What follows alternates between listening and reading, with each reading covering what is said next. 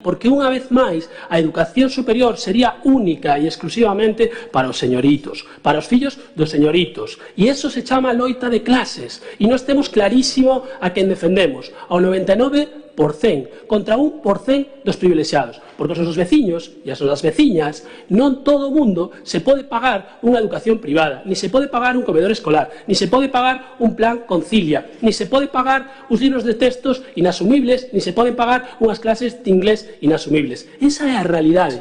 E non sei se sabes que hai varias escolas na contorna, privadas, concertadas, que se están lucrando diso. Esa diferencia entre vos e nós.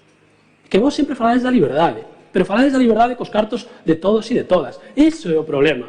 Que a vosa liberdade é a nosa condena. Al final, lo único que se aprecia en su moción es un intento de recortar la libertad de elección. Usted no cree en la libertad individual de las personas. Nosotros creemos en la libertad de las personas para poder escoger. Nós a liberdade de cada quen a respetamos, pero que cada quen pague a liberdade cos seus cartos.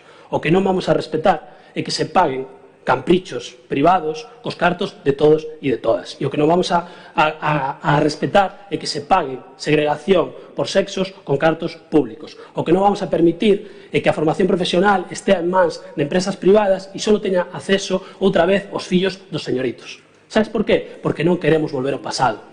Porque non queremos volver a aquelas épocas onde só estudaban as persoas que tiñan cartos. Pero esta defensa que nosotros hacemos no se opone a la libertad para crear o escoger un centro privado. Reiterar el apoyo del Partido Popular a todos los educadores, administrativos y familias que escogen libremente la educación debe ser un área libre de... Tú me estás falando de liberdade de elección. Claro que ten que haber liberdade de elección, pero a liberdade de elección non é que se paguen empresas privadas con fondos públicos.